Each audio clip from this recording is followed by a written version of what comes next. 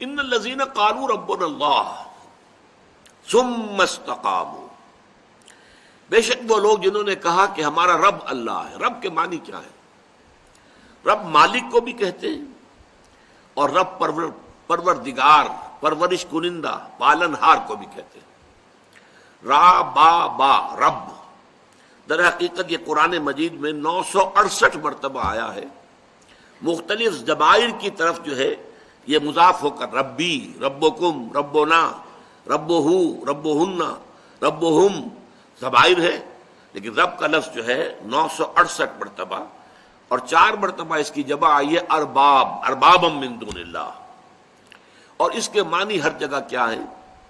پروردگار، پالنہار، پرورش کنندہ۔ دیکھیے انسان کو سب سے زیادہ جس چیز کی فکر ہوتی ہے وہ اپنی ضروریات زندگی ہے، باقی ساری چیزیں اس کے بعد آئیں گی۔ سب سے پہلے یہ ہے کہ اپنے وجود کا پریزرویشن آف دی سیلف، اپنی ہستی اور وجود کو برقرار رکھنا، اس کے لیے اپنی ضروریات، کھانے پینے کی ضروریات ہیں، اور یہ کہ اپنے سر پر کوئی چھت ہونی چاہیے، اور تقاضے ہیں زندگی کے، حیات کے، یہ تمام تقاضے پورا ہونا یہ بیسک شے ہے، بنیادی شے ہے ہر انسان۔ باقی منزلیں اس سے اوپر آئیں گی، یہ کہ بیسک ضروریات پوری ہو جائیں تو پھر آدمی کے اندر خواہش ہوتی ہے کچھ آسائشیں مزید حاصل ہو جائیں، آسائشیں حاصل ہو جاتی ہیں تو پھر خواہش ہوتی ہے تعیشات آ جائیں، یہ تو پھر یہ کہ حوث جو ہے انسان کی وہ جو ہے کہیں رکنے نہیں دیتی آدمی کو، اس کے اندر وہ حرص قانی نیست بے دل ورنہ درکار حیات، آنچ ماں درکار داریم اکثرش درکار نیست۔ بڑا پیارا شعر کہا ہے بے دل نے، عبد القادر بے دل، مرزا عبد القادر بے دل، جن کے بارے میں مرزا غالب کہتے ہیں طرز بے دل میں ریختہ لکھنا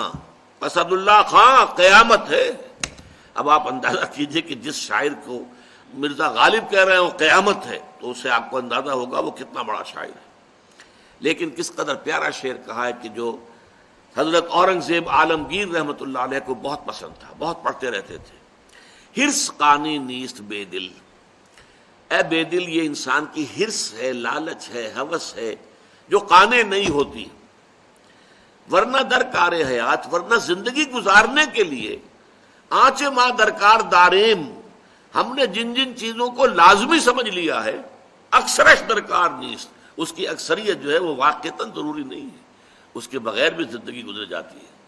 زندگی یوں بھی گزر ہی جاتی، کیوں تیرا رہا گزر یاد آیا، ہم نے جن چیزوں کو لازم سمجھ لیا وہ سب لازم نہیں ہے، وہ اضافی چیزیں ہیں بہت سی، اس میں آپ نے آسائشیں، تعیشات، نہ معلوم کن کن چیزوں کا اضافہ کیا ہے۔ بہرحال انسان کا سب سے پہلا مسئلہ، بنیادی مسئلہ اس کی ضروریات کی کفالت ہے۔ اب یہ کہاں سے ہو رہی ہے؟ جہاں سے بھی اس کو گمان ہے کہ میری ربوبیت ہو رہی ہے، میری ضروریات پوری ہو رہی ہیں، ظاہر بات ہے کہ پھر اس کے لیے اس کے دل کے اندر ایک نرم گوشہ پیدا ہوگا۔ اس کے لیے جیسا کہ ہم دیکھ چکے ہیں سورہ لقمان کے دوسرے رکوع میں، اس کے جذبہ تشکر پیدا ہوگا۔ یہی جذبہ تشکر پھر جذبہ عبادت کی شکل اختیار کرتا ہے، عبودیت کی شکل اختیار کرتا ہے۔ لیکن یہ کہ ایک انسان کے دل کا اس پر ٹھک جانا، میرا پرورش کنندہ، میری ضروریات فراہم کرنے والا، میری حفاظت کرنے والا، مجھے پالنے والا، پوسنے والا اللہ ہے۔ سارے وسائل اور ذرائع، کھانا بھی ہے، گندم بھی چاہیے، چاول بھی چاہیے، یہ بھی چاہیے، وہ بھی چاہیے، کپڑا بھی چاہیے پہننے، سب کچھ ٹھیک ہے، یہ چاہیے، لیکن ان سب کا فراہم کرنے والا اللہ ہے۔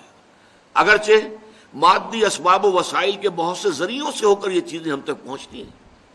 کھیت میں بیج ڈالا جائے، وہ ان کو پھر کھیتی کو سینچا جائے، پھر وہ فصل کاٹا جائے، پھر جو ہے آپ کے پاس وہ دانے آئیں گے جس سے کہ آپ اپنی روٹی پکائیں گے، یہ ٹھیک ہے،